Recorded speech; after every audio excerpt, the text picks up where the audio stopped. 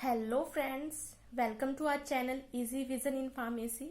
आज हम अपना न्यू सब्जेक्ट स्टार्ट करने जा रहे हैं जो बी फॉर्म 8th सेमेस्टर का है, biostatics and research methodology.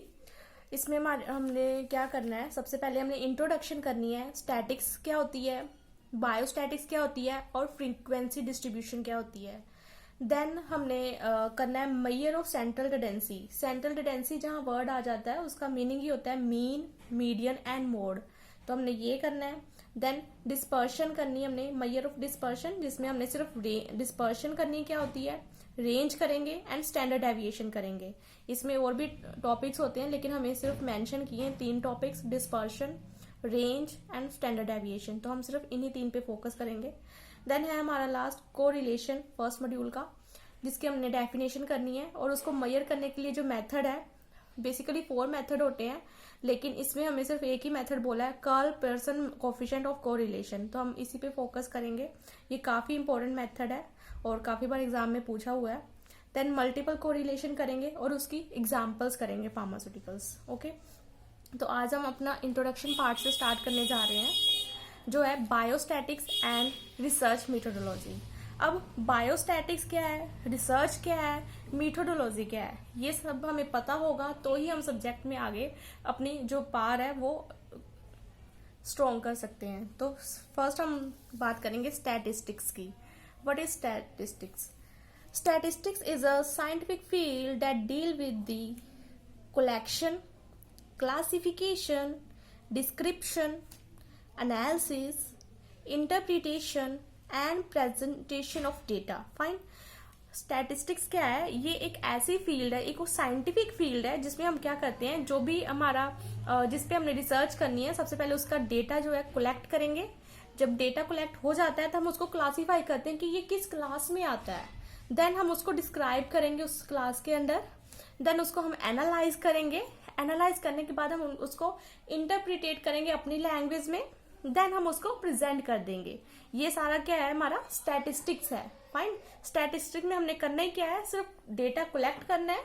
Collect करने के बाद हमने उसको क्लासीफाई करना है कि ये किस क्लास में आ रहा है। देन उसको हम डिस्क्राइब करके एनालाइज करेंगे, उसको अपनी लैंग्वेज में कन्वर्ट करके उसको प्रेजेंट कर देंगे। That is the statistics. अब ये जो है साइंटिस्ट है Croxton and Cowden. According to Croxton and Cowden, statistic क्या है? Statistic is a science of collecting, presentation, analysis and interpretation of numerical data from logical analysis. Means कि हमने क्या करनी है, कलेक्शन करनी है उसको, उसके बाद उसकी क्लासिफिकेशन करेंगे, उसको एनालिसिस करेंगे, देन इंटरप्रिटेट कर देंगे अपने डेटा को। लॉजिकल डेटा को हम न्यूमेरिकल डेटा में कन्वर्ट कर देंगे। मीन्स जैसे कोई भी डेटा होगा तो हम उसको नंबरिंग कर देंगे कि ये ऐसा है। फॉर एग्जाम्पल जैसे एक कंट्री है और एक कंट्री में मान लो 100 पीपल्स हैं और 100 पीपल में से हमने कोई भी डेटा कलेक्ट करना है, ठीक है, तो वो जो डेटा कलेक्ट होगा वो नंबर की फॉर्म में होगा कि 100 पीपल में से इतने मैरिड है और इतने अनमैरिड है, तो वो क्या होगी, एक नंबरिंग हो गई। मीन्स क्या हो गया, न्यूमेरिकल डेटा हो गया हमारे पास। Fine. Basically there are 4 components of statistics जो है उसके 4 कंपोनेंट्स होते हैं। कौन कौन से होते हैं? बहुत ही इजी सा सब्जेक्ट है अगर हम इसको बहुत ध्यान से करें, अदरवाइज इसमें कुछ भी समझ नहीं आता। और इसको हमने जो है, जैसे मैं करवा रही हूँ टॉपिक वाइज, ऐसे ही करना है, अदरवाइज आप बीच में से करोगे तो कुछ भी समझ नहीं आएगा, तो इसको ऐसे ही करना है। तो कौन कौन से कंपोनेंट्स है स्टैटिस्टिक के? सबसे पहले कलेक्शन ऑफ डेटा, हम डेटा कलेक्ट करते हैं। Then presentation of data, present कर दिया। देन एनालिसिस ऑफ डेटा, उसको एनालाइज करके इंटरप्रिटेशन कर देते हैं। फाइन। अब जो डेटा जिस फॉर्म में कलेक्ट हुआ होता है, एक फॉर एग्जांपल साइंटिस्ट की बात कर लेते हैं। साइंटिस्ट जो लैंग्वेज यूज करते हैं, जो उनको समझ आता है, वो हमें एज अ नॉर्मल पीपल हमें नहीं समझ आएगा, तो वो क्या करते हैं, हमें समझाने के लिए उसको इंटरप्रिटेट कर देते हैं ताकि हमें अच्छे से समझ आ जाए। फॉर एग्जाम्पल अभी रिसेंटली कोविड-19 का इतना हुआ है, तो जो कोविड-19 वो हमें कैसे समझ आया, उन्होंने इंटरप्रिटेट करके हमें हमारी लैंग्वेज में समझाया कि हमें क्या करना चाहिए, ये कैसे स्प्रेड हो रही है, क्या नहीं करना चाहिए, क्या प्रिकॉशंस हम ले सकते हैं, सब कुछ हमारी लैंग्वेज में, ये कैसे फैल रहा है, कहाँ से आया। अब जो साइंटिफिक रिसर्च थी वो अलग थी और डेटा जो कलेक्ट किया था वो अलग था। फाइन, तो ये सब क्या है, स्टैटिस्टिक्स में आ गया। फाइन, उसके बाद टर्म आती है बायोस्टैटिस्टिक्स। हमें स्टैटिस्टिक पता चल गई, अब हमने सिर्फ बायो पे फोकस करना है कि बायो का क्या मतलब है। बायो का मीनिंग होता है लिविंग, तो इसमें क्या होगा, biostatistics is a term used when the tools of the statistics are applied to the data that are derived from biological science such as medicine. जब हमारा डेटा जो है बायोलॉजिकल साइंस या मेडिकल फील्ड से आता है, देन हम उसको एनालाइज करते हैं, उसको हम बोलेंगे बायोस्टैटिस्टिक्स। मींस हमने स्टैटिस्टिक्स ही यूज की है, लेकिन हमने स्टैटिस्टिक्स कहाँ यूज की है, मेडिकल फील्ड में यूज की है। और जब हम मेडिकल फील्ड में यूज करते हैं तो उसको हम बोलेंगे बायोस्टैटिस्टिक्स। फाइन, उसके बाद हमारा एक वर्ड आता है रिसर्च। अब हम रिसर्च कर रहे हैं, रिसर्च का क्या मीनिंग है। रिसर्च जो है दो वर्ड से बना हुआ है, री एंड सर्च। री का मतलब होता है अगेन, सर्च का मतलब होता है फाइंड आउट। मीन्स पहले से ही जो है कोई चीज रिसर्च हो चुकी है।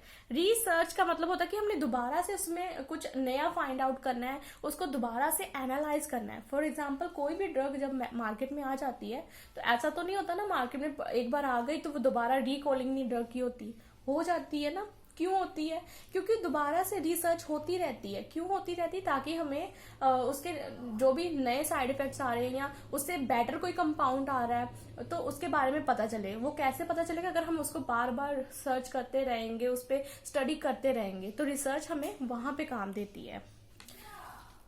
इसकी डेफिनेशन भी आ जाती है तो हम उसको देख लेते हैं। It is defined as systemized effort to gain new knowledge. New knowledge किसी भी एक पर्टिकुलर एरिया में, किसी भी एक पर्टिकुलर फील्ड में न्यू नॉलेज को गेन करने के लिए एक सिस्टमाइज्ड एफर्ट जो है हम लगा रहे हैं, उसको हम बोलेंगे रिसर्च। ऐसे नहीं कि हाँ आज हमने उसको देख लिया, ऐसे कर लिया, वैसे कर लिया, ऐसा नहीं। एक प्रॉपर प्लानिंग होती है, प्रॉपर स्टेप्स होते हैं, उसको फॉलो करके रिसर्च की जाती है। The research study is a scientific study of a phenomena of interest। जिस टॉपिक के पे हमें इंटरेस्ट है उस पे हमने स्टडी करनी है, तो उसके लिए ये एक साइंटिफिक स्टडी होती है। प्रॉपर इसका क्या होता है, क्राइटेरिया होता है जिससे हमें फॉलो करना होता है। ऐसे खुद से हम रिसर्च नहीं कर सकते, एक प्रॉपर क्राइटेरिया हमें फॉलो करना पड़ेगा, देन ही हमारी जो रिसर्च है वो वैलिड होगी, अदरवाइज वो इनवैलिड है। फाइन, अब हमने मान लो रिसर्च करनी है तो कौन कौन से फेसेस जो है हमें पास आउट करने पड़ेंगे। सबसे पहले हमने प्लानिंग करनी है कि हमने रिसर्च करनी है, कैसे करनी है, किस टॉपिक पे करनी है, तो हम प्लानिंग करेंगे। एंड डिजाइनिंग ऑफ एक्सपेरिमेंट और सर्वे, और कैसे करेंगे कि मतलब इस टॉपिक पे करने हैं तो क्या क्या हम इस पे कर सकते हैं, उसकी सारी हम पहले प्लानिंग कर लेंगे। Then data collection, second step, फिर उससे रिलेटेड जितना भी डेटा हम कलेक्ट कर सकते हैं उसको हम कलेक्ट करना स्टार्ट कर देंगे। फाइन, देन हम करेंगे data analysis using statistical tools. अब हमारे पास प्लानिंग होगी प्रॉपर, हमने ऐसे काम करना है, देन हमारे पास डेटा भी आ गया।